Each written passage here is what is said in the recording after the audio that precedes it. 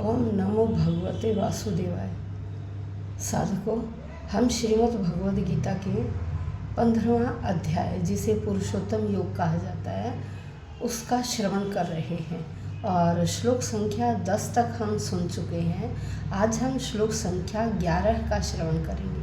तो आइए देखिए, श्लोक संख्या 10 में भगवान ने क्या बताया था।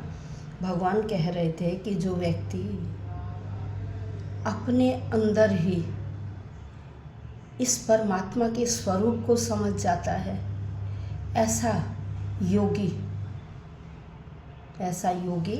या महापुरुष उस पर ब्रह्म के बारे में ही सोचता है। जो भी कार्य करता है उसी को अर्पित करता है और उसी के स्वरूप को चारों तरफ देखता है। लेकिन जो सांसारिक व्यक्ति जो मोह माया में डूबे हुए हैं, वह चारों तरफ हर चीज़ को अपना, ये मेरा है, ये तेरा है, ये मेरा है, तेरा, वो उस भगवान के स्वरूप के बारे में नहीं समझ पाते हैं। वह हर चीज़ को अपने से ही समझते हैं कि यह चीज़ मेरी है। लेकिन ऋषि मुनि जो योगी हैं, वह मोह माया का त्याग कर देते हैं और केवल हर चीज़ में उस भगवान के अंश को ही देखते हैं। तो उन्हें ही योगी कहा जाता है। जिन्होंने भगवान के असली स्वरूप के बारे में जान लिया है, वही योगी कहलाते हैं। तो अब देखिए, श्लोक संख्या 11 में भगवान क्या बता रहे हैं। यतन्तो योगिनश्चैनं पश्यन्ति आत्मनि वस्थितं यतन्तोऽप्यकृतात्मानो नैनं पश्यन्त्यचेतसः। अब देखिए क्या कह रहे हैं। कह रहे जो व्यक्ति बड़े यत्न से, बड़े परिश्रम से अपने अंदर उस परम तत्व के स्वरूप को समझ जाता है, उस भगवान के स्वरूप को समझ जाता है, उस भगवान के स्वरूप को देख लेता है, उस आत्म तत्व का अनुभव कर लेता है, तो वो कौन कहलाते हैं? योगी व्यक्ति कहलाते हैं। कह रहे लेकिन दूसरे जिन्होंने अपना जो अंतःकरण है उसको शुद्ध नहीं किया, वह अपने अविवेक के कारण, क्योंकि उन्हें विवेक नहीं है, अपने अविवेक के कारण, अज्ञान के कारण उन्हें परिश्रम करने पर भी उसके अनुभव का पता नहीं चलता है। भगवान कहते हैं कह रहे परिश्रम करने पर भी जो योगी मुनि है ना, ऋषि मुनि, अध्यात्मवादी व्यक्ति, वो भगवान के स्वरूप को देख सकते हैं। कहाँ देख सकते हैं? अपने अंदर, क्योंकि हम सब के अंदर उस भगवान का ही अंश है और हम उसी का अंश हैं। लेकिन वो इस शरीर में, जो व्यक्ति इस शरीर को सब कुछ मान लेते हैं, वह उस अंश के बारे में नहीं समझ पाते, उसे नहीं देख पाते हैं। तो भगवान कह रहे हैं कि देखिए, जो प्रयत्न करने पर अध्यात्मवादी व्यक्ति हैं, योगी व्यक्ति हैं, वो इसे अपने अंदर ही देख लेते हैं। लेकिन जो अज्ञानी है, अविवेकी है, वो बहुत प्रयत्न करने पर भी, अविवेकी मनुष्य बहुत यत्न करने पर भी इसके स्वरूप को नहीं जान पाता है, नहीं देख पाता है।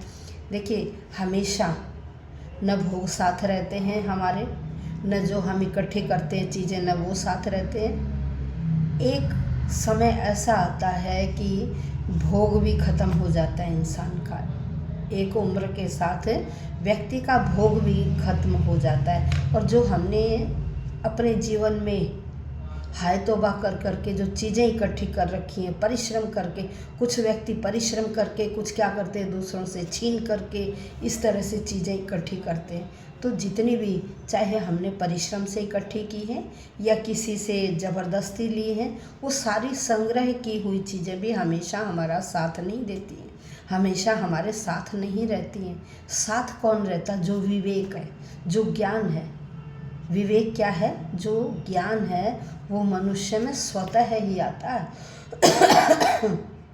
वो अपने आप ही आता है। अपने आप कब आएगा? जब हम परिश्रम करेंगे, उस भगवान के बारे में जानने की कोशिश करेंगे, ग्रंथों का अध्ययन करेंगे, अच्छे व्यक्तियों का साथ करेंगे, साधना, मंत्र तंत्र आदि से साधना करेंगे, तो तभी हम उस ज्ञान से उस भगवान को देख सकते हैं। और तब क्या होगा? जो हमने चीज़ें इकट्ठी करी थी, संग्रह की थी, या जो हम भोग वासना में लीन हैं, वो चीज़ें फिर हमसे अलग हो जाती हैं। तब मनुष्य से अलग हो जाते हैं और मनुष्य का ध्यान किस तरफ लग जाता है, अध्यात्म की तरफ, उस कृष्ण भाव की तरफ, भगवान की तरफ तब हमारा ध्यान लग जाता है। तो ये जो संग्रह की हुई चीज़ें थी या जो भोग की चीज़ें थी, उस समय व्यक्ति उनसे अलगाव महसूस करता है कि ये चीज़ें मेरी नहीं है,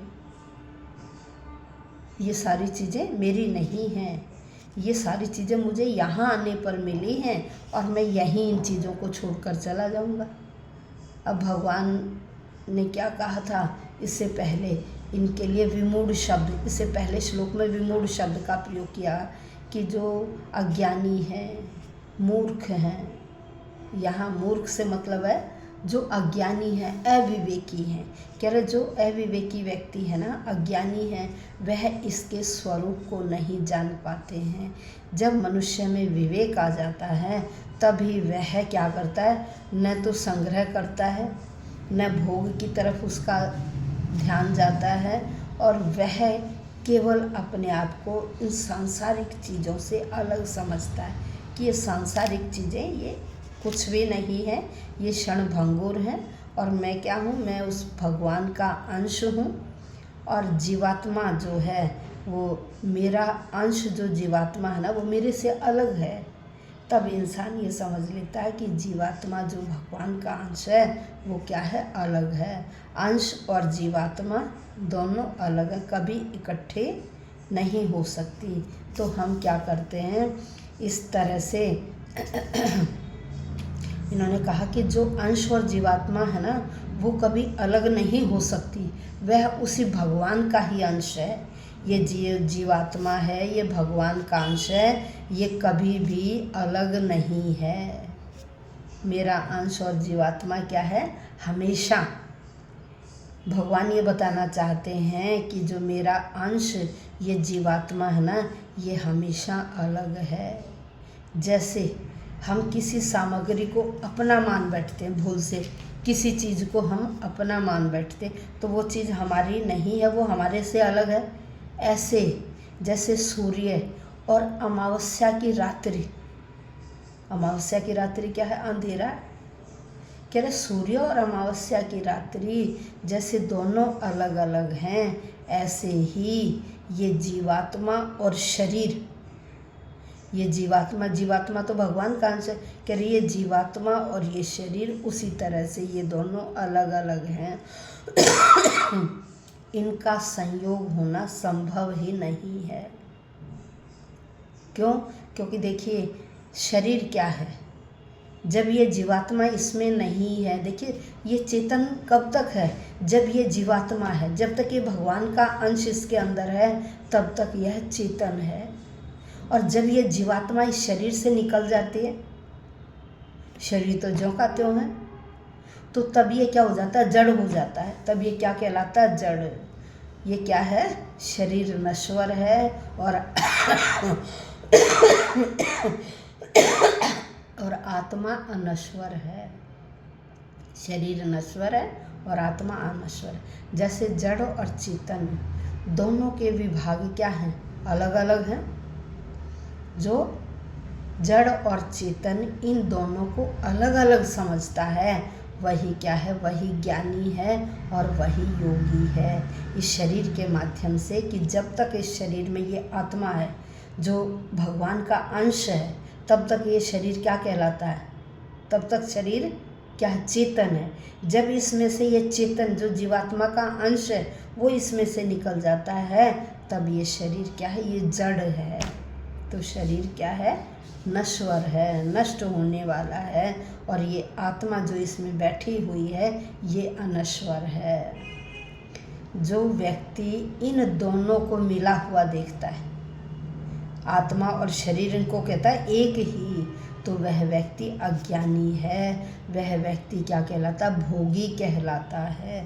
तो भगवान यहाँ अज्ञानी, भोगी और विवेकी के बारे में बता रहे हैं कि जिसको विवेक हो गया तो वो क्या है, सांसारिक मोह माया से अलग है और जिसे विवेक नहीं हुआ, अविवेकी व्यक्ति इस संसार को ही, इन सब चीज़ों को अपना समझता है, अपने से अलग नहीं समझता है। तो यह श्लोक संख्या 11 में भगवान ने बताया। वीडियो पूरी सुनिएगा, लाइक कीजिए, शेयर कीजिए। यदि सब्सक्राइब नहीं किया है चैनल तो सब्सक्राइब भी करें। और मैं ज्योतिष की भी लाइव सेशन लेती हूँ प्रतिदिन शाम को, तो जिनको ज्योतिष में इंटरेस्ट है वह लाइव सेशन ज्वाइन कर सकते हैं। यदि आपने चैनल सब्सक्राइब किया है तो आपके पास नोटिफिकेशन आ जाएगा। डेली वैसे मैं 8 से 9 के बीच में, कभी कभार 9:30 हो जाते हैं, तो डेली एक लगन के एक भाव के बारे में बताती हूँ कि यदि उस भाव में ये ग्रह बैठे हुए हैं तो व्यक्ति को जीवन में किस प्रकार का परिणाम देते हैं। तो जो ज्योतिष में इंटरेस्ट रखते हैं वो लाइव सेशन ज्वाइन कर सकते हैं प्रतिदिन शाम को, रात को 8:30 से 9 के बीच में या 9:30। अगर आपने चैनल सब्सक्राइब किया होगा तो आपके पास नोटिफिकेशन पहुँच जाएगा। और चैनल को लाइक कीजिए, सब्सक्राइब कीजिए, शेयर कीजिए और कमेंट बॉक्स में अवश्य कमेंट लिखिएगा। ओम नमो भगवते वासुदेवाय। धन्यवाद।